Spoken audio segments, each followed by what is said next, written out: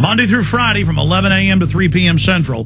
That's 12 noon to 4 p.m. Eastern. We're here live. Coming up at the 5 after, we've got Mike Adams joining us, talk about all the different issues and developments with the flu from Natural News. Mike Adams, a health ranger. In this segment and the next, we're going to continue with Paul Watson and Kurt Nimmo with your phone calls. Dennis in Illinois, thanks for holding her on the air. Yes. Go ahead. Hello. Anyway, I've got an article I wrote titled Republic. I pledge allegiance to the flag of the United States of America and to the Republic for which it stands, one nation under God, indivisible, with liberty and justice for all. We are not a democracy. We are a republic. What is the difference? In a democracy, innocent people are persecuted. In a republic, no victim, no crime, no punishment. Common law is just common sense.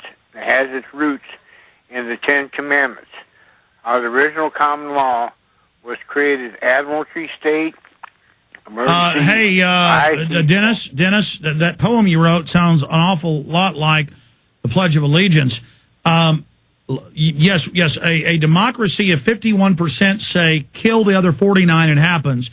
In a republic, the majority can't vote out the Bill of Rights and Constitution. I appreciate your call. Roman in Missouri, you're on the air. Go ahead. Hey, Alex. I was wondering if I could talk about two things real quick. Go ahead. You know how they predicted 9/11 in The Simpsons and in those movies, especially the one with Samuel L. Jackson? Yes. The Long Kiss Goodnight. Yeah. There's one called The Siege, where they predict martial law. In New York. Yeah, I think somebody's going to be kidnapped, actually, like in that movie. I don't know what, but something's going to happen, and that's what they're going to use instead of the swine flu. All right, I appreciate your call. Kurt Nimmo, Paul Watson, we saw the Fox News, the Fox show, lone gunman where the government hijacks a jet to fly at the World Trade Center to bring in martial law. We are seeing all these messages of collapse of society, martial law, checkpoints in the last decade, and now it's all manifesting in reality. Well, yeah, Alex, it's a question of chicken and egg. I mean, conspiracy theory, if you want to call it that, is so popular at the moment that that's the playbook that people in Hollywood and TV are all going off, because that's what people watch at the moment. So, whereas in the past, when it wasn't popular at all, you could draw parallels between things like the lone gunman, which definitely was very suspicious. Now, every other program is about martial law, so, there's not much credence in it now. It's interesting, but... Yeah, well, there's a massive preparation. Kurt Nimmo? Well, it's indicative when you have a television show like Jericho on that talks about this very thing, nuclear terrorism, and it points back to a mercenary group working in the United States. So yeah, the programming is definitely out there, and God only knows what's going to happen. Well, on record, the National Security Council runs everything now, and then it's under the control of the UN Security Council, that the president is the first president to chair it in violation of Article 1, Section 9 of the Constitution, and they said he's now the New World Order president. I mean, such a throwing it in our face. Totally unconstitutional. Alex, the things that scare me more are the programs made by the government. In England, there have been numerous programs made by the government in association with the BBC about mass pandemics, quarantines, and martial law. When the government's putting them out, that's when we should start to have suspicions about what we're being prepared for. And now they've got Sesame Street with government messages, most of the children's shows, children changing the words of Jesus loves the little children to Obama loves the little children, red, yellow, black, and white. They are all equal in the president's sight. I mean, it's just total 1984. Back in 70 seconds with a few final calls. Then Rick Adams joining us. The New World Order is coming in like a flood. All these years they said there was no world government being set up. Now it's just admitted. They're testing the public. They're probing. Taking some more phone calls here with good old Paul Watson and Kurt Nimmo. We've got Mike Adams, the health ranger, coming up in the next segment. Annie in New York, you're on the air. Welcome. Thank you so much, Alex. I'm the sister of Claire, the daycare teacher, who works for Northeast Health, and we're going to that rally in Albany tomorrow. And as I was on hold, I was printing out some stuff from your site, you know, that the regular flu shot has H1N1 in it and some stuff from Dr. Horowitz. We should probably expect that there are going to be feds there in one way or another, shouldn't we?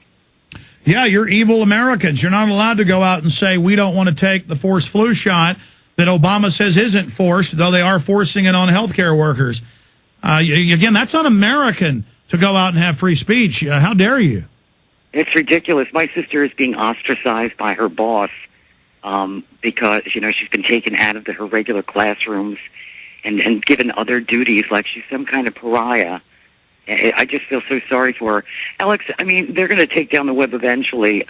I wish that shortwave and CB retailers would advertise on your sites, because possibly we could get your show then on shortwave, correct? Yes, I'm on shortwave. Boy, I wish they would advertise on your sites. And lastly, Alex, the camera has become mightier than the sword, as evidenced by the punishment Luke Radowski got for making a fool of Brian Williams, and God bless each and every one of you. God bless you. We'll bring this up to Mike Adams in the next segment, but closing out with the flu, and with the secret police running around trying to intimidate people that speak out against it, the flu really is the perfect cover for a takeover, because it makes everybody a potential enemy. And as Ron Paul said last Thursday here on air, they're setting the precedent for this medicalized tyranny. Yeah. The new story about that today is the UK government has come out on the Downing Street website and said that the swine flu vaccine will not be mandatory. And yet, it's, as we've discussed before, their private plans all revolve around it being a compulsory vaccination. Their preparation revolves around it being a compulsory vaccination. They're making health workers take it by mandate, or they're fired. So while governments are publicly saying that it won't be mandatory, all their planning indicates that for large sectors of the population it will be. Absolutely. Kurt Nimmo, your take on that? Well, I think that he's right. You know, in this country, they're starting with the healthcare workers and anybody who's in the public domain, and trying to work down towards the general populace. I'm not sure they'll make it. But yeah, because they can force the healthcare enforcers to do it and the police to do it, then they'll make us do it. Yeah, you know, they're going to have a hard time doing that, though. They've only got the next 2 months to do it. I think they're going to get enough people just through this pervasive propaganda campaign to go and get the vaccine. It's going to be difficult for them to come and tell me to get a vaccine and my neighbors. Well, that's the next phase, shutting down roads, shutting down cities, right, making you have a bracelet or you don't get through. Well, yeah, if they can make this into a pandemic, you know, this H1N1, which is a total joke, they may be able to do that. Well, regardless, they are gauging the response of the people worldwide to this for future forced inoculation campaigns, or they could go hot with the program right now. We'll talk about this with Mike Adams, the health ranger, who now lives in Ecuador full-time. He also writes for Natural News. So that is coming up. We'll continue to watch Infowars.com and PrisonPlanet.com for all the piercing analysis of Steve Watson, Aaron Dykes, Kurt Nimmo, and Paul Watson. Gentlemen, I want to thank you both for joining us today. We need to get a story out with the term hoax in it, dealing with Iran and this being a secret facility. Good job, men. Take care. Thanks, Alex. All right, more calls straight ahead from Lewis, Chris, Dan, Tanya, Marianne, and others. Mike Adams, the health ranger, straight ahead. I'm Alex Jones. The websites are Infowars.com and PrisonPlanet.com. You can pre-order Fall of the Republic right now.